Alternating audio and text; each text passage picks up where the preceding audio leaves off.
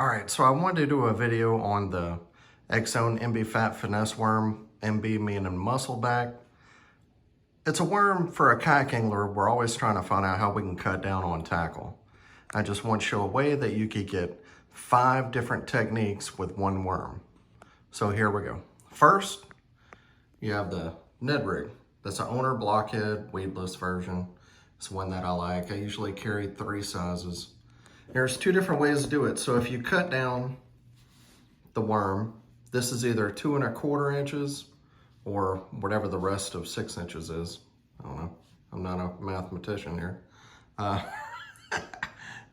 So I actually like the smaller one, the 2 1/4. I think that's really good. The worms float, and that's one of the biggest selling features of XZone worms is they do float. So it's got, it's got a good wobble to it, very similar to, the Z-Man TRD that everyone uses. The Ned Zone from XZone is excellent, and that's one I've been using for so long. But if I can get away with using one less plastic in the boat, I'm going to do it. And if you're buying XZone, I'm happy, so it doesn't matter. So from here, I just pulled off from the egg sac. See right there, from the other side of the egg sac, where it gets skinny, I pulled that part off, and that got me to 2 1/4 inches. Or if you do want that a little bit longer, it does have some good action and moves around a whole lot more, maybe a little bit more of a summer, and maybe the other one's a little bit more of a winter since it's got less action. But that's good as well. I just happen to prefer that one. You lose, 3/4 of an inch versus a TRD or the Ned Zone, but I'm totally fine with that. If I'm trying to go finesse, I don't mind going that much more finesse. The next one, obviously, is my old standby untamed tackle. This is a 3/16 shaken ace. To me, it's the best shaken head on the market. This is it. It's got a flat bottom. It stands up really well on its own. Whenever the shaky head's outside of the package, it stands up really well. It always stands up. So it's kind of like having a flathead one.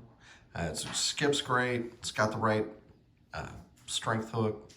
And this is where I've taken it down, and you can see here, there's at the 5th segment, I do like to take a little bit off, so 5 segments up from the egg sac is where I do it for most of the time. If I'm going with a 1/4 inch shaky head, a 1/4 ounce, I'm fishing a little bit more offshore, I will leave it the entire 6 inch length. I just think most of the time, sometimes my strikes are on a shaky head. I don't know, maybe it's just, confidence too, but I do feel like a little bit shorter profile rather than 6 inches. It's, maybe you miss a few less bites because shaky heads, sometimes they can just be notoriously bad, especially with Alabama bass or spots. The next one, it's not a technique that I throw, but you can look at Carl Jacobson's video on it, and a lot of these he uses the same thing, so it's not, I didn't get them from him, it just happened to be we both did the same way. The owner cover shot, so if you're looking to do a power shot rig, so if, flipping a drop shot, a little bit heavier line, that's a way to do it. I would suggest go looking at his video on the same worm, the MB Fat Finesse worm from XZone. His video is real similar, not intentional, it just is. So this is the way I do it, and he does the same way. He didn't talk about a band, but I use there it is right there. It's the crossover pliers. I use that ring. You can either do it sideways or for a wacky rig, or long ways for a Ned rig. A Nico rig, Nico. That's the way I do it. I use a little bit of glue, and I use the Z-Man shrooms, Finesse shrooms weights. That's what I use. They work well, and that is a killer profile, killer.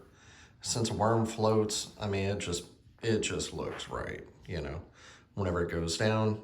And I put that band just on the head end of the egg sac. That's what works for me. And last but not least, this is just flipping. I started using these ring hook. I got them from I think it was whoever the Angler of the Year was. I can't think of it. The Llama. Can't think of his name right now for some reason. But the either 3 or 4/0 ringed HD wide gap hooks, if you want to just flip the worm, excellent bait to flip. I don't know why so many people have gotten away from flipping worms, but for me, they work great. I really like the ringed hook. I guess the only negative is you really have to keep this, you can't put a whole lot of meat on this side of the collar of that EWG hook. So they can tear up a little bit quicker with the ringed hooks, but for me, the fish doesn't get quite as much leverage. I just really prefer the ring hooked whenever I'm flipping. Not super heavy cover. I still use straight shank for punching, things like that. But for just regular worm flipping, or a lot of creature baits, they're a little bit thicker. And this worm is thicker.